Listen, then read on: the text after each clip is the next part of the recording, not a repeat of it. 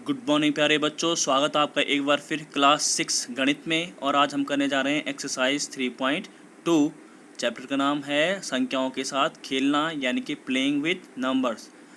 तो बच्चों, जैसे कि आपको मालूम है, क्वेश्चन नंबर 1 और 2 मैं अपनी प्रीवियस वीडियो में सॉल्व करा चुका हूँ आपको। तो आज हम बढ़ेंगे क्वेश्चन नंबर 3 की और।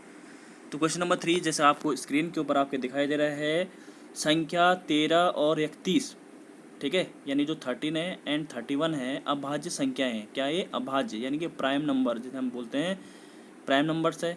इन दोनों संख्याओं में दो अंक एक एक और 3 है। जैसे आपको पता है, जो 13 बनता है वो किससे मिलकर बनता है, एक और 3 से बनता है। और जो 31 है वो भी किससे मिलकर बना है, एक और 3 से। क्लियर है यहाँ तक। अब आगे आपसे पूछा जा रहा है कि 100 तक की संख्याओं में, यानी 100 तक की संख्याओं में ऐसे अन्य सभी युग्म ज्ञात कीजिए।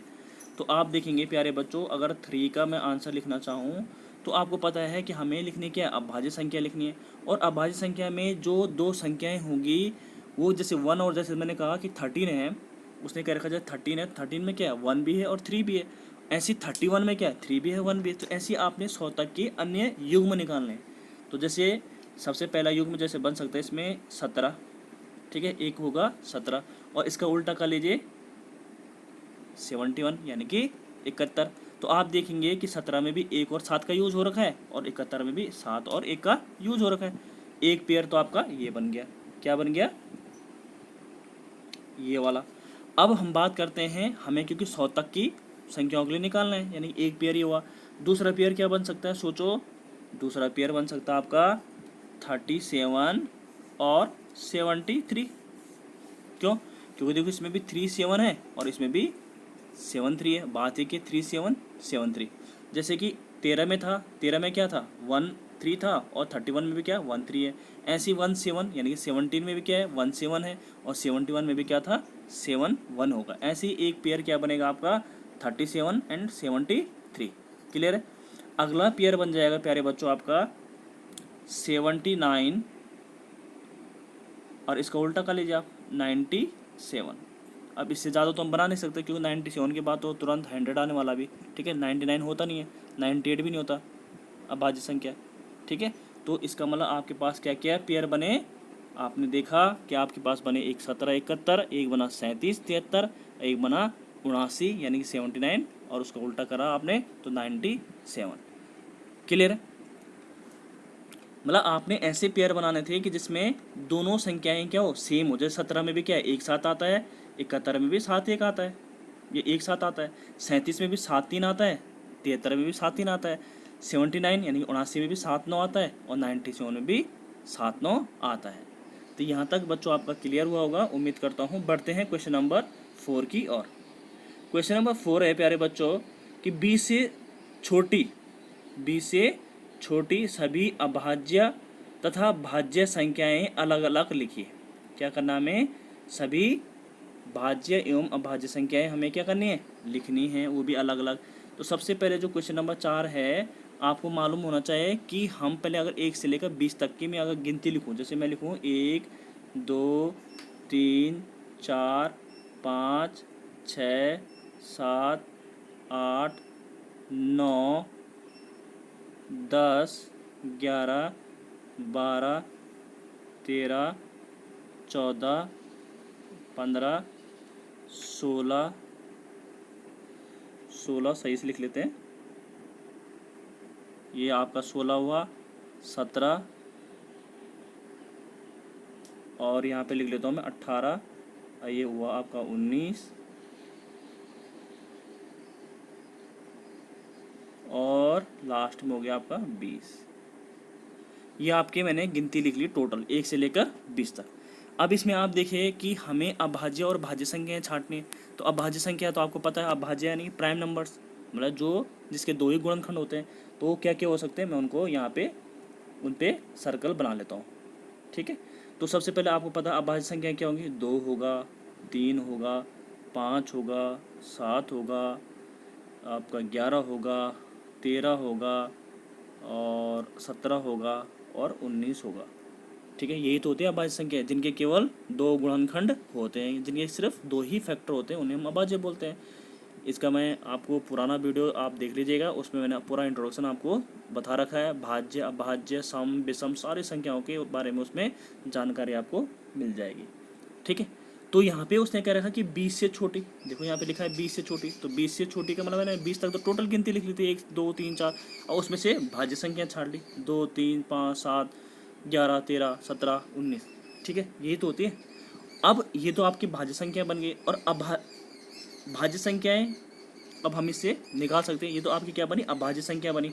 और भाज्य संख्याएं क्या होंगी, जैसे आपका क्या होगा, भाज्य यानी कंपोजिट, जैसे क्या हो सकता है 4 6 8 9 10 12 14 15 16 18 20, ये क्या कहलाएंगे आपकी भाज्य संख्या। एक भाज्य संख्या नहीं होगा। ठीक है, एक किसी में भी नहीं आएगा, न भाज्य न अभाज्य। ठीक है, तो भाज्य संख्याएं आपको बताया था जिसके 2 से ज़्यादा गुणनखंड होते हैं। ठीक है, वो भाज्य संख्याएं कहलाती है। जिनके सिर्फ 2 ही गुणनखंड होते हैं वो अभाज्य संख्या कहलाती है। क्लियर है, तो आप इसको लिस्टेड कर सकते हैं। समझ में बात आई? तो इसको लिस्ट कैसे करना है मैं आपको बता देता हूँ।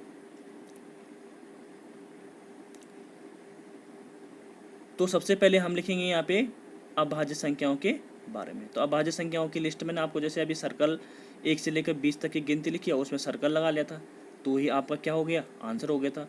तो सबसे पहले मैं लिखूंगा 20 से छोटी अभाज्य संख्या है। तो अभाज्य संख्या क्या होंगी, 2 3 5 7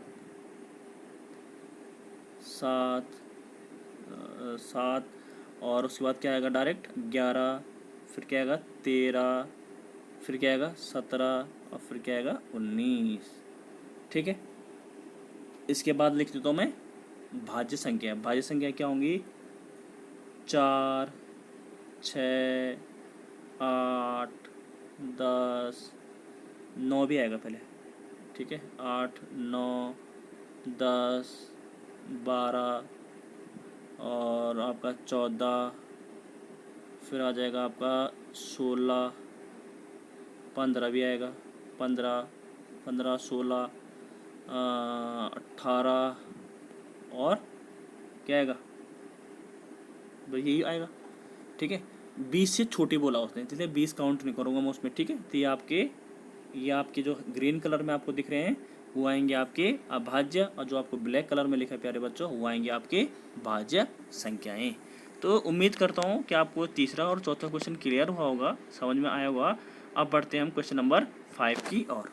क्वेश्चन नंबर 5 है 1 और 10 के बीच सबसे बड़ी अभाज्य संख्या लिखिए। 1 से 10 के बीच सबसे बड़ी अभाज्य संख्या, तो बहुत आसान है ये भी।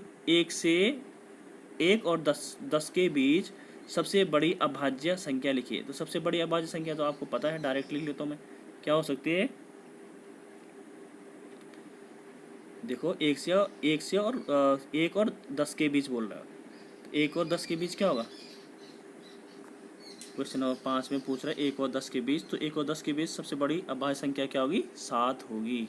क्या होगी, 7 होगी प्यारे बच्चों। ठीक है, ये क्वेश्चन नंबर 5 मैंने आपको करा। चलते हैं, बढ़ते हैं क्वेश्चन नंबर 6 की ओर। निम्नलिखित को 2 विषम अभाज्य संख्याओं के योग के रूप में व्यक्त कीजिए। देखिए यहाँ पे क्या बोल रहा है आपसे, छठवें क्वेश्चन में निम्नलिखित को 2 विषम अभाज्य संख्याओं के योग के रूप में, तो योग के रूप में लिखना है। जैसे 44 है, तो 44 को आप क्या लिख सकते हैं भाई, 44 को आप क्या लिख सकते हैं, 3 धन 41, ऐसे लिख सकते हैं, 3 धन 41 लिख सकते हैं। तो ये क्या होगा आपका, देखो 3 भी एक अभाज्य संख्या है और 41 भी एक अभाज्य संख्या होगी, क्योंकि 41 के भी टुकड़े नहीं हो सकते, टुकड़े होंगे सिर्फ 2 ही होंगे। एक क्या टुकड़े होंगे इसके, एक होगा, एक खुद 41 होगा, यानी कि 2 ही गुणनखंड आते हैं जिसके। 3 के भी सिर्फ 2 ही टुकड़े हो सकते हैं, एक और एक खुद 3। तो इसका मतलब क्या होगा आपका, ये क्या कहलाएंगे, अभाज्य संख्याएं कहलाएंगे। जबकि 44 क्या था, एक भाज्य संख्या थी। ठीक है, तो आपने देखा कि 44 को हम क्या लिख सकते हैं, 3 और 41 के रूप में। दूसरा है प्यारे बच्चों आपका 36 को कैसे लिखेंगे आप, चेक कर लीजिए। 36 को कैसे लिखेंगे उसको भी हम बना देते हैं यहीं पे। 36 को ब्रेक कर सकते हैं आप 5 धन 31, किसमें 5, देखो 36 है ना, 36 को क्या लिखेंगे 5 धन 31। 5 के भी 2 ही फैक्टर होते हैं यानी गुणनखंड होते हैं। इसका मतलब ये क्या है, आपकी अभाज्य संख्या है। 31 के भी सिर्फ 2 ही गुणनखंड होंगे, क्या है, एक 31 और एक स्वयं 1। ठीक है, तो इसके भी 2 टुकड़े हुए। 36 को आप ऐसे लिख सकते हैं, ऐसे 24 को लिख सकते हैं। 24 को क्या लिख सकते हैं, सोचो, 24 को लिख सकते हैं 5 धन 19। और डी जो पार्ट होगा आपका, वो आपका क्या कहलाएगा, होमवर्क। तो उम्मीद कर रहा हूँ प्यारे बच्चों कि आपको एक्सरसाइज 3.2 का तीसरा, चौथा, पाँचवा और छठवां क्वेश्चन समझ में आया होगा। अगर आप पहली बार मेरे चैनल को देख रहे हैं तो इस चैनल को ज़रूर सब्सक्राइब करेगा, शेयर करेगा, लाइक करेगा। Thank you so much.